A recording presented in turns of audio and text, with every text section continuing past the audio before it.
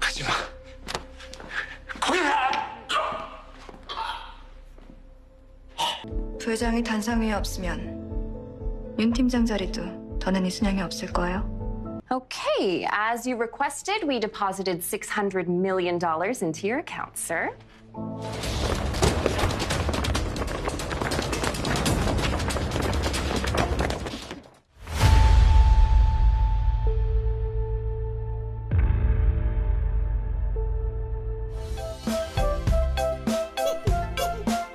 Halo Celengers, kembali lagi bersama Mimin yang ganteng ini di Celengan Film pastinya. Ada yang menarik nih, kalian bisa banget sawer Mimin di fitur Super Thanks.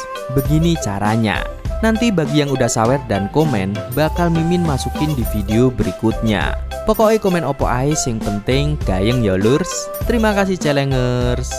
Kali ini Celengan Film spesial tayangin drakor yang baru saja rilis nih, dengan judul Reborn Rich, atau bahasa Indonesianya berarti lahir kembali jadi orang kaya. Penasaran kan sama film yang bakal diperankan sama Sun Jong Ki? Daripada kelamaan, yuk langsung saja markiton. Mari kita menonton. Awalnya Sun Jong Ki berperan sebagai Yoon Yeon Woo. Di sini ia bekerja di sebuah perusahaan paling kaya raya di Korea dengan nama Sun Yang Konglomerat.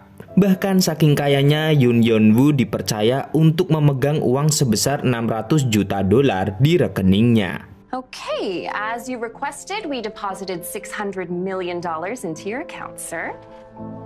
Setelah pencairan uang $600 juta ke rekeningnya, ia pun kembali ke kantor di mana tempat ia akan kembali melakukan aktivitas sehari-hari di Sun Yang Konglomerat. Di sini, Yoon Yeon Woo bertugas sebagai pengaman salah satu pemilik Sun Yang Group yang telah dituduh korupsi sebesar 4-5 juta dolar.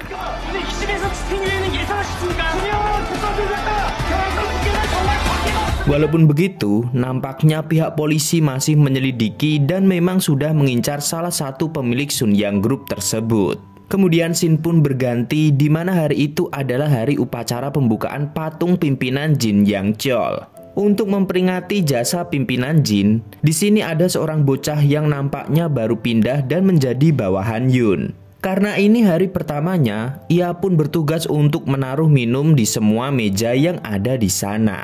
Tapi Yoon pun langsung mengambil minuman tersebut karena takut membuat para pimpinan bisa alergi terhadap kandungan minuman tersebut. Bocah itu baru sadar bahwa yang bicara di depannya adalah seorang Yoon. Sambil memungut minuman tersebut, mereka pun berkenalan dan bocah tersebut sangat ingin menjadi seperti Yoon. 저 팀장님처럼 되고 싶습니다. 팁 좀 주십시오. 제가 또 학습력은 꽤 좋은 편이거든요.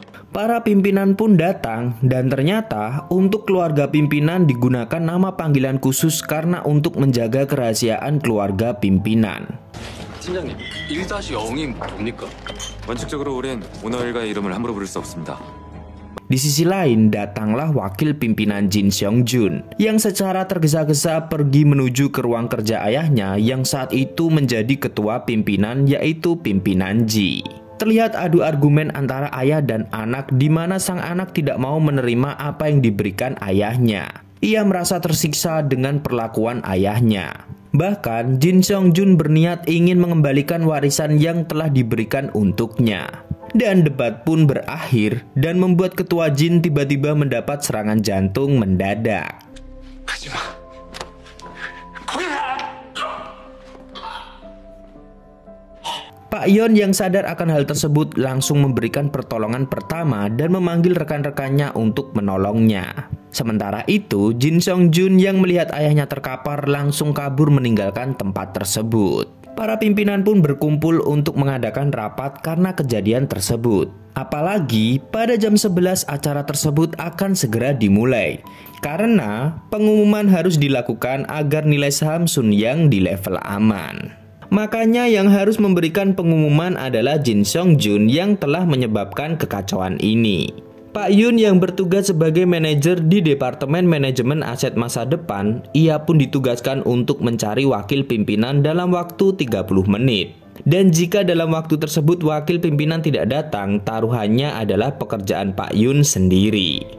부회장이 단상 위에 없으면 윤 팀장 자리도 더는 이순양이 없을 거예요. Di dalam ruangan acara, ternyata semua itu adalah akal-akalan dari keluarga Sun Yang. Ia sudah merencanakan untuk menjatuhkan wakil pimpinan.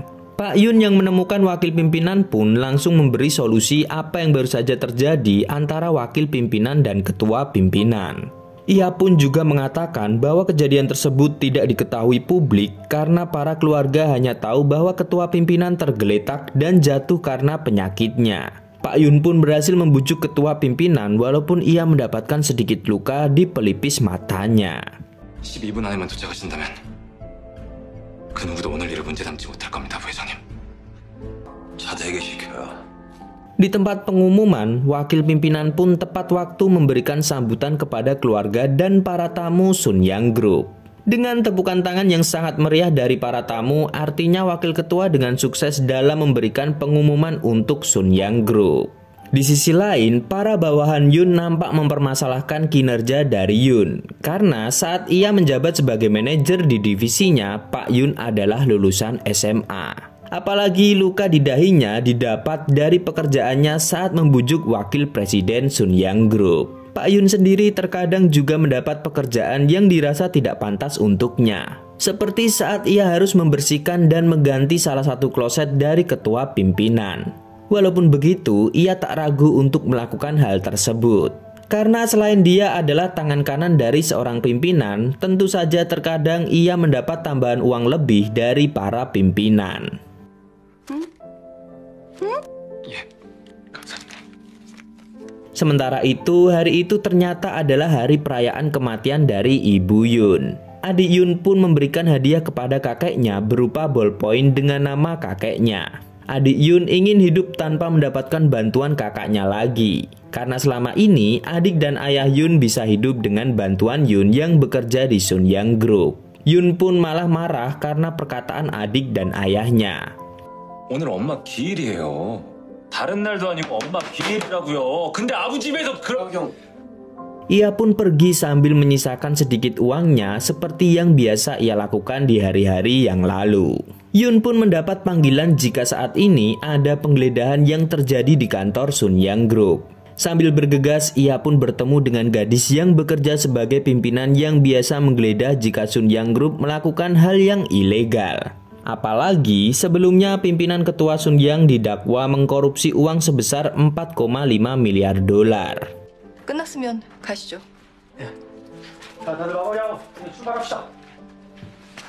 Ternyata semua itu sudah diatur oleh Pak Yun.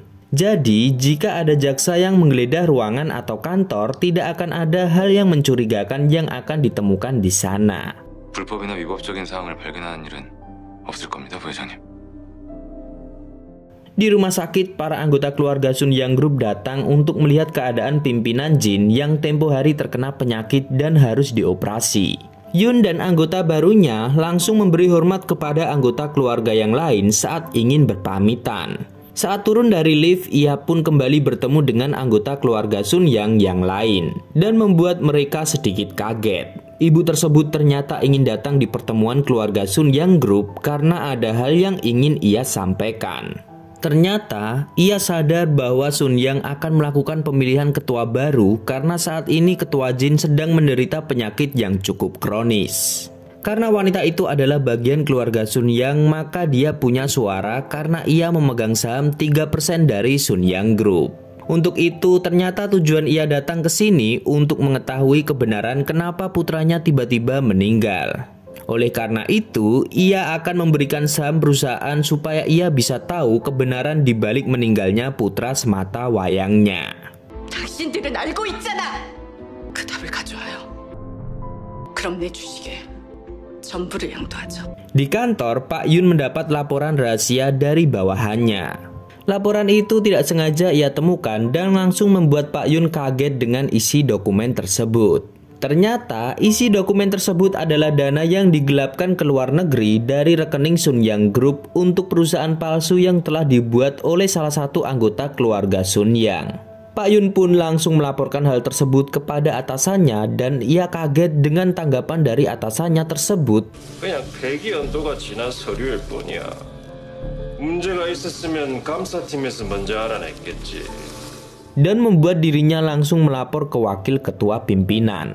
Wakil pimpinan pun langsung memecat atasan Yun dan berterima kasih kepada Yun karena sudah mendapat laporan tersebut. Wakil ketua pun langsung memberikan jabatan sebagai manajer keuangan senior Departemen Perencanaan dan Koordinasi di luar negeri untuk mengurus semua uang yang telah disedot ke rekening luar negeri untuk dikembalikan kembali ke Sunyang Group. 최선을 다하겠습니다, 부회장님. Adegan pun kembali di mana Pak Yun mendapatkan uang 600 juta dolar seperti yang ada di awal film. Bedanya setelah ia mendapatkan uang tersebut, ternyata Pak Yun telah dibuntuti oleh para suruhan dan membuat dirinya harus kabur dari daerah tersebut.